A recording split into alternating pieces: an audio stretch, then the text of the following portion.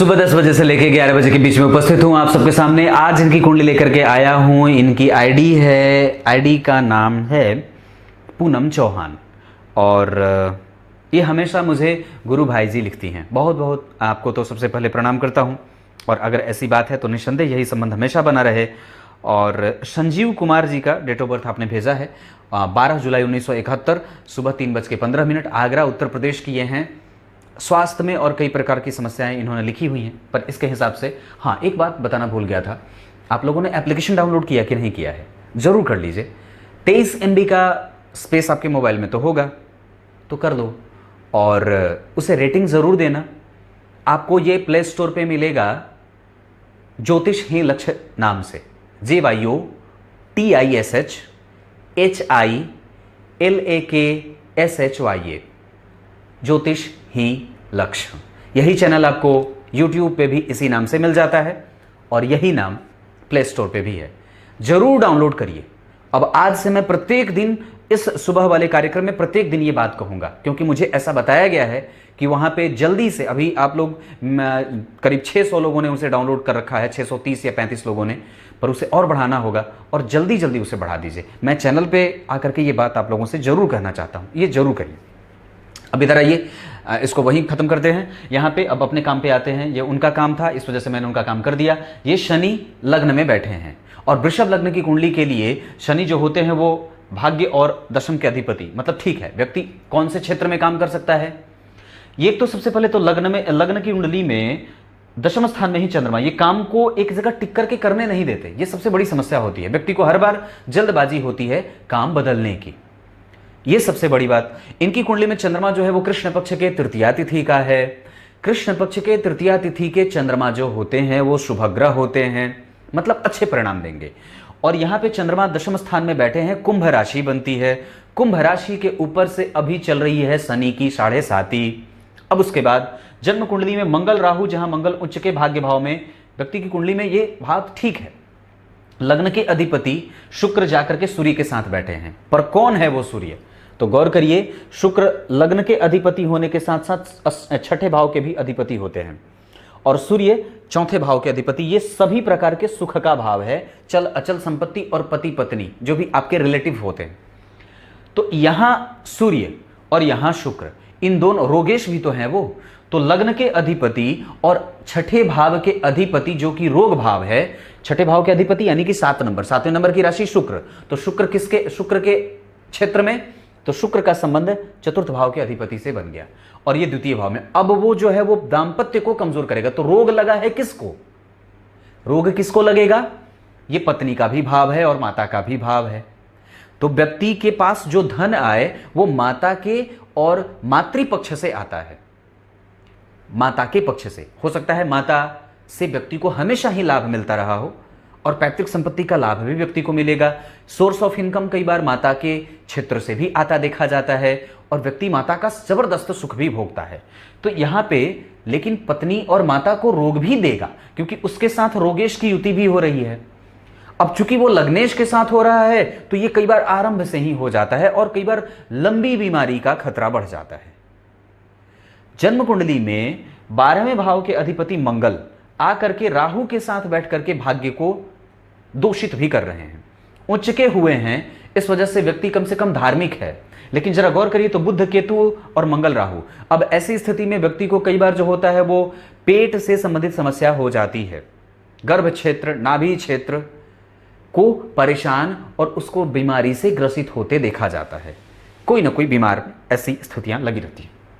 लग्न में शनि, उसकी तीसरी दृष्टि बुध पे, और अभी दशा जो चल रही है वो बुध की चल रही है। बुध कौन है, आपकी कुंडली का पंचम भाव का अधिपति, पर उसकी दूसरी राशि जन्म कुंडली के द्वितीय भाव में। ये दोनों भाव के अधिपति होकर के त्रिक भाव में बैठे हैं और 12वें भाव के अधिपति मंगल से देखे जा रहे हैं। पर उसकी दूसरी राशि जो है वो सप्तम के भाव के अधिपति, तो सप्तमेश जो होता है वो मारक हो गया। राहु के साथ बैठ जाने के कारण वो प्रबल भी हो जाए। तो अब जन्म कुंडली में गौर करिए तो पंचम यानी कि पत्नी, चतुर्थ मतलब पत्नी का सुख या प्रत्येक प्रकार का सुख। तो अब वो अगर राहु से दृष्ट होगा, 12वें भाव के अधिपति से दृष्ट होगा, तो ऐसी स्थिति निसंदेह बन सकती है कि व्यक्ति थोड़ा बहुत व्यय से परेशान रहे। क्योंकि व्यय भाव के अधिपति ने भाग्य को भी व्यय में डाला है और खुद आपके यश को भी बर्बाद कर रहा है, नुकसान। ये यश का भाव है ना, यहां से व्यक्ति की इच्छा की पूर्ति होती है, यश का, सम्मान का, कीर्ति का, पद का, प्रतिष्ठा का, स्वाद का, इमोशन का, संबंध का, प्रेम का, लाड का, पत्नी का, बेटे का, ये सब है। और इसी भाव के अधिपति को देखिए तो त्रिक भाव में फंस गए राहु केतु के संपर्क में आके।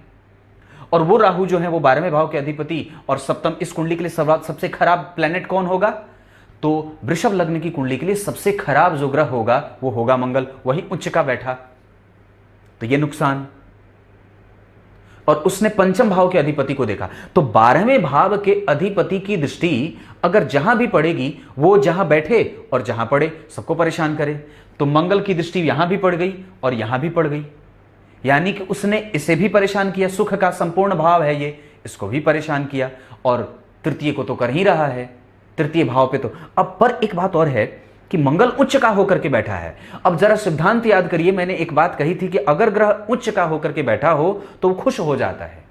अब अगर वो चूंकि किसी खराब भाव का अधिपति है और बहुत उच्चस्थ होकर के बैठा है, उच्च का होकर के बैठा है, उसके उच्च प्रभाव को और भी राहु वृद्धि दे रहे हैं, तो अब होगा क्या कि इस भाव में वो वृद्धि तो देंगे, व्यक्ति धार्मिक हो जाए, लेकिन अब यहां से वो इस भाव में और इस भाव में उन्माद पैदा करे, तो व्यक्ति को मेहनत करने वाला बना दे। तो मेहनत वो किस क्षेत्र में करे? तो शनि और मंगल के संबंध में। तो शनि और मंगल का संबंध कंस्ट्रक्शन का काम होता है, तो व्यक्ति जो है वो कंस्ट्रक्शन के क्षेत्र में काम कर रहा है, पर अभी खर्च की स्थिति ज्यादा और व्यक्ति मेहनत अभी ज्यादा कर रहा है। परिणाम ये अगर मिले तो बुध में शुक्र आने पे, पर वो भी नहीं। अगर मैं जो देख रहा हूं उसके आधार पर व्यक्ति की कुंडली में 24 के बाद कुछ अच्छी स्थितियां देखने को मिल रही हैं जब तक। और एक बात और है, इनकी कुंडली में अगर कर्म क्षेत्र प्रभावित हो रहा है तो बुध में गणेश जी की पूजा करिए, गणेश जी की पूजा करनी चाहिए, बुध की दशा है। दशमांश कुंडली में लग्न में ही बुध बैठे हैं गुरु के साथ, अगर मैं इसको दशमांश कहूं तो 5 नंबर की कुंडली दशमांश की बनती है। यही जो नवमांश बना है इसी का दशमांश भी बना है। यही दशमांश कुंडली में लग्न में ही गुरु और बुध दोनों बैठे हैं। नवमांश कुंडली में भी लग्न में गुरु अकेले, यहां भी गुरु अकेले, ये भाव को परेशान कर रहे हैं। सप्तम भावस्थ गुरु अकेले रोग की राशि में, और पत्नी के नुकसान, यानी कि अष्टम भाव, पत्नी का 7वां और यहां पे अष्टम, यहां का अधिपति रोग की राशि में बैठा, ये वक्री है तो कमजोर। सबसे पहले तो वो वृश्चिक राशि में बैठा है, ये रोग की राशि है और लंबी बीमारी दे देता है, तो पत्नी को ऐसी बीमारियां। और यहां भी वो गुरु जो है वो 5 नंबर की राशि में बैठे हैं, यहां का अधिपति शनि जो है वो देखिए जन्म कुंडली के अष्टम भाव में, पत्नी को रोग हो जाता है और कई बार व्यक्ति को समस्याओं में आते हुए देखा जाता है। पर इन सभी समस्याओं का अंत, आपकी कुंडली में आपका काम ठीक है, आप गणेश जी की खाली पूजा करोगे तो बिल्कुल पटरी पे आ जाओगे, क्योंकि दशमांश कुंडली में भी चंद्रमा यहां पे उच्च के हो रहे हैं और गुरु यहीं बैठे हैं, तो ये प्रभाव खराब नहीं है। हाँ, लेकिन वहां का अधिपति उसे देख रहा है, आपको अपने काम पे और थोड़ा सा बढ़ाना चाहिए, थोड़े धार्मिक हो जाओ और भगवान गणेश की पूजा कर लो। आप मुझे एक बार संपर्क करना, मैं आपको एक उपाय बताऊंगा जिसको करने से आपको थोड़ी बहुत सहूलियत और थोड़ा आराम मिल सकता है। वस्तुतः ग्रह अपना काम करेगा ही करेगा, पर हम मनुष्य अगर थोड़े से उपाय कर लें तो शायद संसाधन की वृद्धि हो जाए और कुछ दिख जाए। बाकी इस कुंडली पर डिस्कशन अभी मैं आधा ही कर रहा हूं, बाकी आपसे बात करूंगा तो मैं इसके बारे में और भी अच्छे से डिटेल से बताना चाहूंगा। और मैं वास्तव में चाहता हूं कि इस कुंडली पे और भी गंभीरता से चर्चा करी जाए। 10 मिनट में कुंडली देखने लायक नहीं है।